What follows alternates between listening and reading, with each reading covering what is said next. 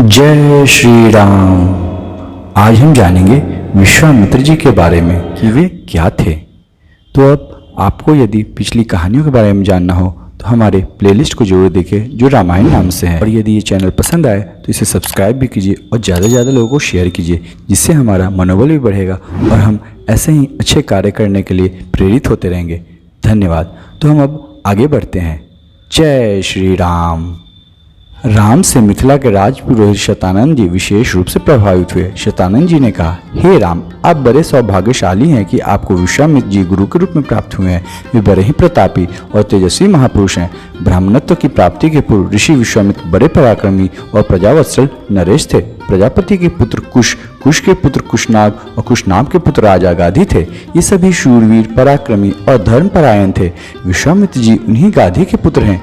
एक बार राजा विश्वामित्र अपनी सेना के साथ वशिष्ठ ऋषि के आश्रम में गए। चूंकि उस समय वशिष्ठ जी ईश्वर भक्ति में लीन होकर यज्ञ कर रहे थे, विश्वामित्र जी उन्हें प्रणाम करके वहीं बैठ गए। यज्ञ क्रिया से निवृत्त होने पर वशिष्ठ जी ने विश्वामित्र जी का बहुत आदर सत्कार किया और उनसे कुछ दिन आश्रम में रहकर आतिथ्य ग्रहण करने का अनुरोध किया। इस पर यह सोचकर कि मेरे साथ विशाल सेना है और सेना सहित मेरा आतिथ्य करने में वशिष्ठ जी को कष्ट होगा, विश्वामित्र जी ने नम्रतापूर्वक विदा होने की अनुमति मांगी। किंतु वशिष्ठ जी के अत्यधिक अनुरोध करने पर थोड़े दिनों के लिए राजा विश्वामित्र को उनका आतिथ्य स्वीकार करने के लिए विवश होना पड़ा। राजा विश्वामित्र के आतिथ्य स्वीकार कर लेने पर वशिष्ठ जी ने कामधेनु गौ का आवाहन किया और उससे विश्वामित्र तथा उनकी सेना के लिए 6 प्रकार के व्यंजन तथा समस्त प्रकार की सुविधाओं की व्यवस्था करने की प्रार्थना की। उनकी इस प्रार्थना को स्वीकार करके कामधेनु गौ ने सारी व्यवस्था कर दिया। वशिष्ठ जी के अतिथि सत्कार से राजा विश्वामित्र और उनके साथ आए सभी लोग बहुत प्रसन्न हुए। कामधेनु गौ का चमत्कार देखकर विश्वामित्र के मन में उस गौ को प्राप्त कर लेने की इच्छा जागृत हुई और उन्होंने वशिष्ठ जी से कहा कि ऋषि श्रेष्ठ, कामधेनु जैसी गौ तो किसी वनवासी के पास नहीं वरन राजा महाराजाओं के पास ही शोभा देती है, अतः आप इसे मुझे दे दीजिए। इसके बदले में मैं आपको सहस्त्रों स्वर्ण मुद्राएं दे सकता हूँ। इस पर वशिष्ठ जी बोले कि राजन, यह गौ ही मेरा जीवन है और इसे मैं किसी भी कीमत पर किसी को नहीं दे सकता। वशिष्ठ जी के इस प्रकार कहने पर विश्वामित्र ने बलात् उस गौ को पकड़ लेने की आज्ञा दे दी और सैनिकगण उस गौ को डंडे से मार मार कर हाँकने लगे। कामधेनु गौ ने क्रोधित होकर अपना बंधन छुड़ा लिया और वशिष्ठ जी के पास आकर विलाप करने लगी। वशिष्ठ जी बोले कि हे कामधेनु, मैं इस राजा को शाप भी नहीं दे सकता, क्योंकि यह राजा मेरा अतिथि है और उसके पास विशाल सेना होने के कारण इससे युद्ध में भी विजय प्राप्त नहीं कर सकता। मैं अत्यंत विवश हूँ। वशिष्ठ जी के इन वचनों को सुनकर कामधेनु ने कहा कि हे ब्रह्मर्षि, क्या एक ब्राह्मण के बल के सामने क्षत्रिय का बल कभी श्रेष्ठ हो सकता है? आप मुझे आज्ञा दीजिए, मैं एक क्षण में इस क्षत्रिय राजा को उसकी विशाल सेना सहित नष्ट कर दूंगी। कोई अन्य उपाय न देख कर वशिष्ठ जी ने कामधेनु को अनुमति दे दी। आज्ञा पाते ही कामधेनु ने योग बल से पहनव सैनिकों की एक सेना उत्पन्न कर दिया और वह सेना विश्वामित्र की सेना के साथ युद्ध करने लगी। विश्वामित्र जी ने अपने पराक्रम से समस्त पहनव सेना का विनाश कर डाला।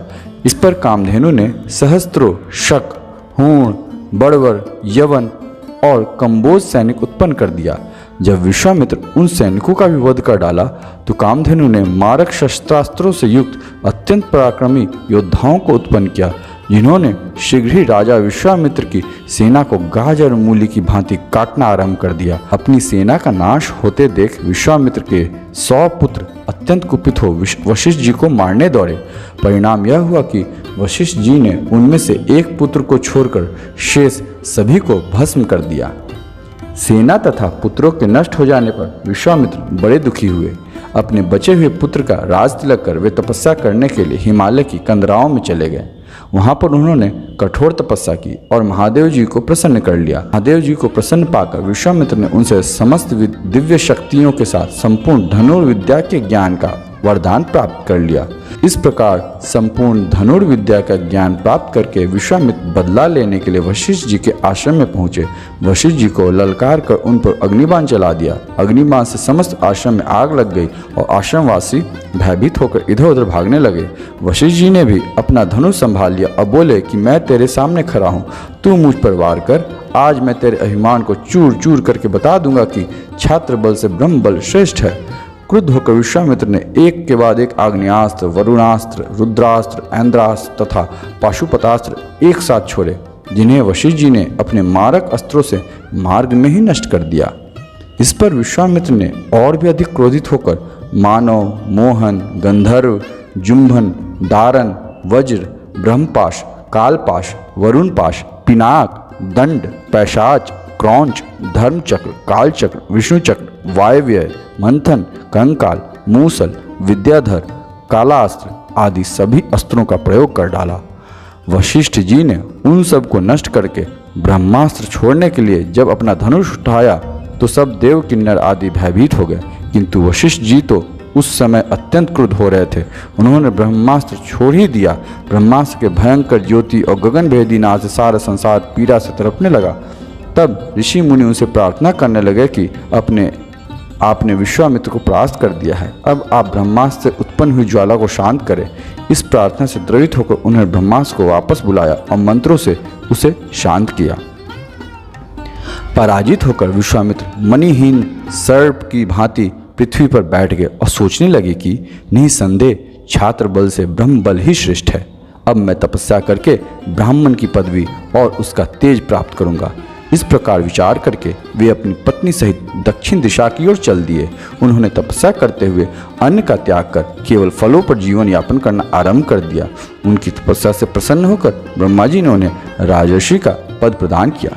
इस पद को प्राप्त करके भी यह सोचकर कि ब्रह्मा जी ने मुझे केवल राजर्षि का ही पद दिया है, महर्षि, देवर्षि आदि का नहीं, वे दुखी हो गए।